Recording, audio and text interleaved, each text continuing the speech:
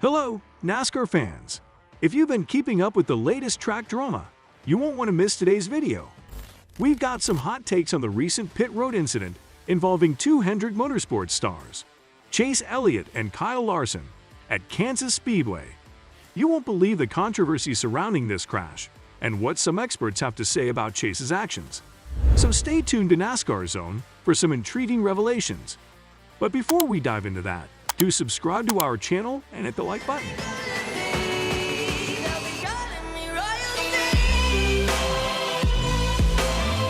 Chase Elliott and Kyle Larson, the Hendrick Motorsports drivers, had a bit of a run-in during the second playoff race at Kansas Speedway. Unfortunately, Larson ended up bumping into Elliott's number 9 Chevy while trying to avoid another car in front of him. Now, here's where it got interesting. Elliott wasn't exactly thrilled about the collision, and as they both exited pit road, he made sure to exchange some not-so-friendly door bumps with Larson's number 5 Chevy. The on-track showdown between these two left fans wondering if there might be a budding rivalry among Hendrick Motorsports' star drivers. During the race, it seemed like Chase Elliott wanted to get back at Kyle Larson, believing that Larson had intentionally bumped him on pit road.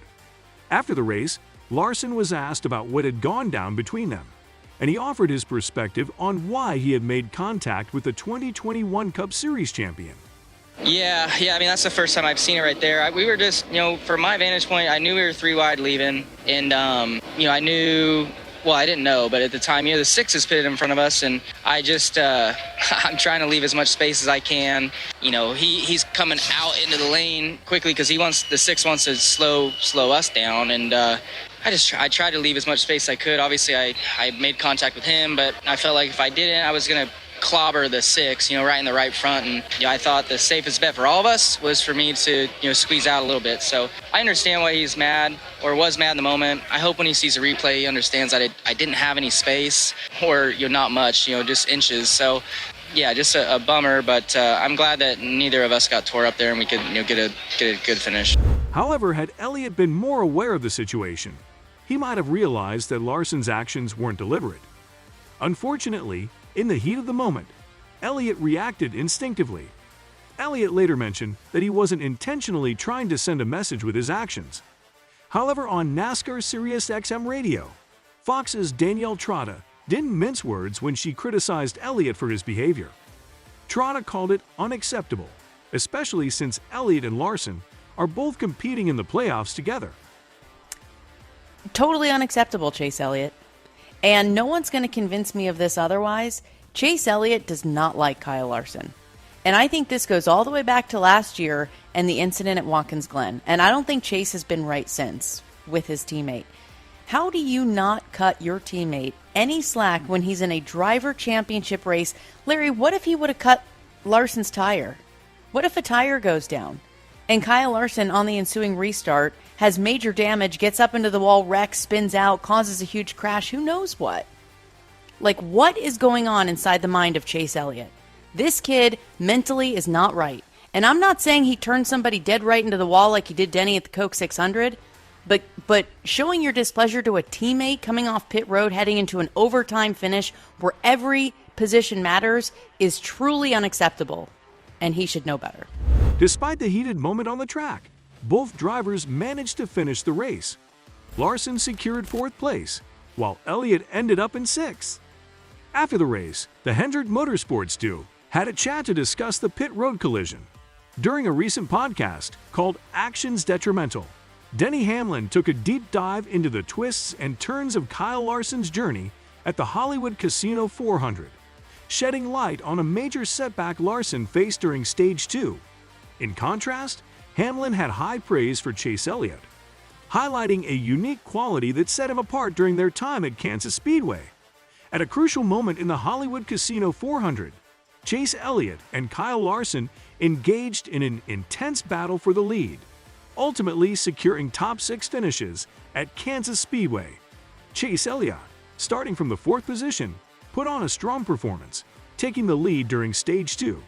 However, things took an unexpected turn for his teammate, Kyle Larson, following the 6th caution.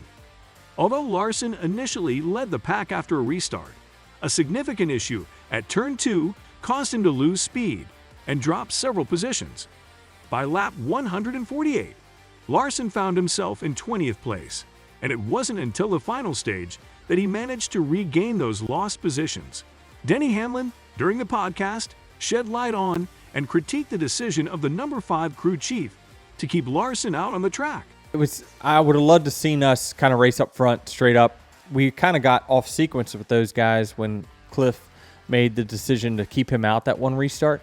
I'm actually very surprised he fell back as far as he did, though. I guess once you lose one spot, it's just you lose a ton.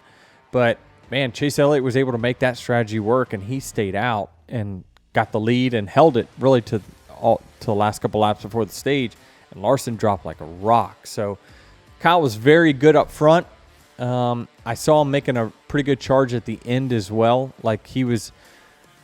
I was watching his interval to the lead. Now, that was still expanding, but he was racing guys and continuing to march through the top 10. So I think he was very strong. Us, the 5, the 45 were consistently what I saw the best cars. There was other guys like the 6 and the 9 that were up there, but they just were – I could just tell they didn't have the speed to, once they led, to go dominate. During a recent episode of NASCAR Race Hub, Larry McReynolds shared his perspective on the incident between Chase Elliott and Kyle Larson in Kansas. Yeah, I mean, I'm always hesitant about saying how a driver should react inside that race car because I've never been buckled in that race car. Now, did I let my emotions get carried away up on that pit box for 18 years? On that tow truck, you did for Absolutely. sure. 22 years ago today, I might add. Oh, well, there you go. With that said, Chase has got to learn to control his emotions. What is one of the reasons that he's in the position he's in right now and he's not a part of the playoffs? He let his emotions get carried away at Charlotte Motor Speedway. And to me, that answer he gave Bob, that's even a worse look. Why would you do that? But honestly, when I think things started getting heated between Kyle Larson and Chase Elliott, I'm going to go back to 2021 when Kyle Larson started driving that 5 car and went out there and won 10 races and the All-Star race and the championship. This, in McReynolds' view, adds another layer to the ongoing tension between Larson and Elliott. Even though Chase Elliott didn't believe his car had the capability to catch up to Denny Hamlin and Tyler Reddick, he gave it his all. That overtime restart added a touch of chaos, but securing a 6th-place finish is yet another positive outcome for both the driver and the team. It's important to keep in mind that Chase Elliott is still in the running for the Owners' Championship. While he can't personally claim the Bill France Cup, he has the opportunity to secure a substantial payout for his Hendrick Motorsports team by winning the Owners' title. At the moment, Hendrick Motorsports boasts 3 teams in the top 8 of the Owners' Championship standings. Leading the pack is Kyle Larson's number 5 team, thanks to their victory at Darlington and their strong overall points performance. They're followed closely by the number 45 team, fresh off their win at Kansas. As we move down the rankings to the 8th position, we find the number 9 team.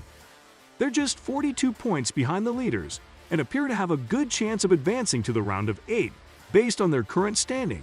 Of course, it's a precarious situation, as one bad race could change everything for the number 9 team.